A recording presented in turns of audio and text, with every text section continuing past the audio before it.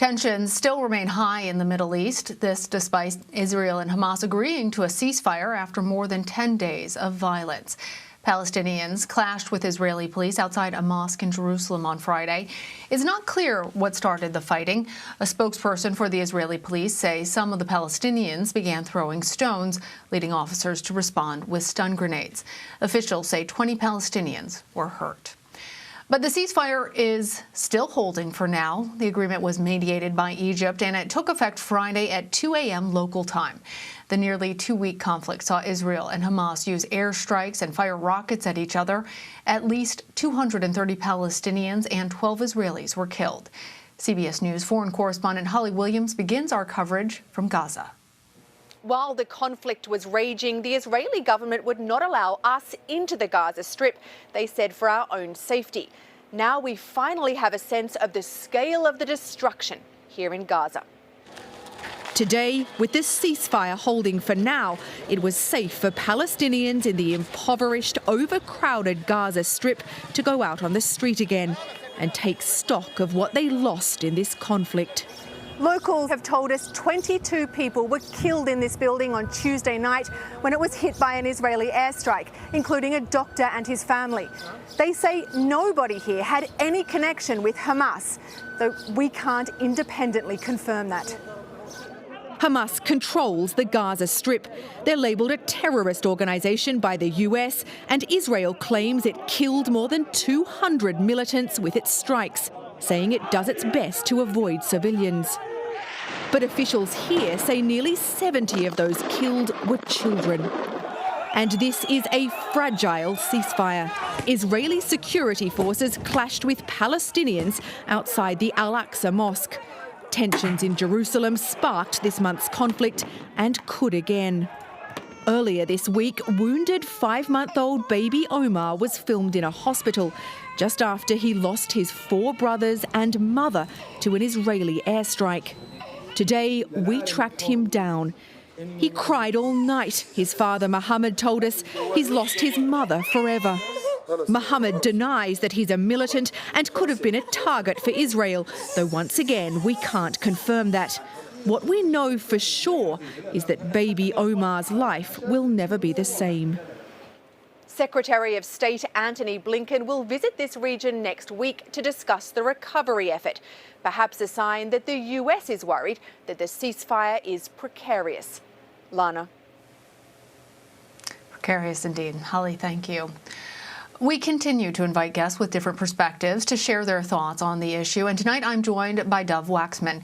He's a professor and the Gilbert Foundation Chair for Israel Studies at UCLA. Dov is also the director of the university's Y&S Nazarene Center for Israel Studies.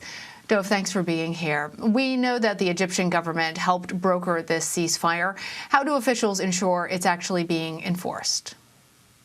Well, it's really at the moment seems to be down to Hamas and the Israeli government to uphold the agreement. There is no external monitoring mechanism. It's a voluntary ceasefire, it's a mutual ceasefire, but it seems to be without any longer-term agreement that would really keep the ceasefire in place. So without really addressing the underlying causes of this latest escalation, I think it's just a question of time until the ceasefire ends, whether it's hours, days, weeks, months, or maybe years. I don't think it will last as long as years. So it's very fragile, and it's likely that there will be another confrontation between Israel and Hamas sooner rather than later. And you heard in Holly's piece and my introduction about the ceasefire being tested already with clashes between Israeli police and Palestinians outside of that mosque. Do you expect that if these skirmishes continue, that might spell the end for the ceasefire?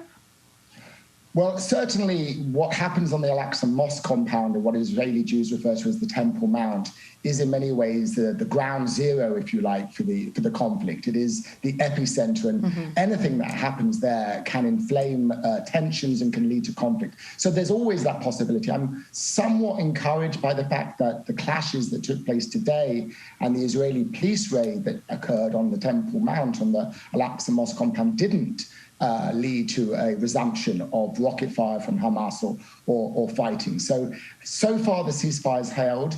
I think Hamas feel that they've already achieved their goals from this latest round of fighting. And I think Israel has achieved what it could, which is not to say a great deal, but it has achieved what it could. So I think neither side right now is interested in returning to the violence. And that is really the thing that is likely to at least keep the ceasefire in place for a while. And as you know, Dov, earlier this year, Israeli Prime Minister Benjamin Netanyahu was unable to form a new government following the country's election. He came very close, in fact, to being ousted by his political opponents right before this latest conflict, not to mention the other investigations that are underway in Israel. How has this particular situation affected Netanyahu's public approval among Israelis? Well, he continues to be widely disliked by about half the Israeli population, widely suspected. In fact, many Israelis believe that this latest outburst was partly Netanyahu's making, that he allowed tensions to escalate in Jerusalem for his own political interests. It has helped him in the short term, insofar as it's prevented his rival, Yair Lapid of the Yesh Atid party from forming a coalition government. He still has the mandate to do that, but that looks almost impossible.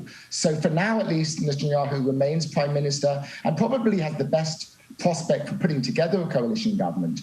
But he's also being criticized very harshly from the right, from politicians on the right, and from many Israelis for what they see as an inconclusive campaign in Gaza. They wanted a decisive victory. They wanted Hamas to be really hit hard, or if not defeated.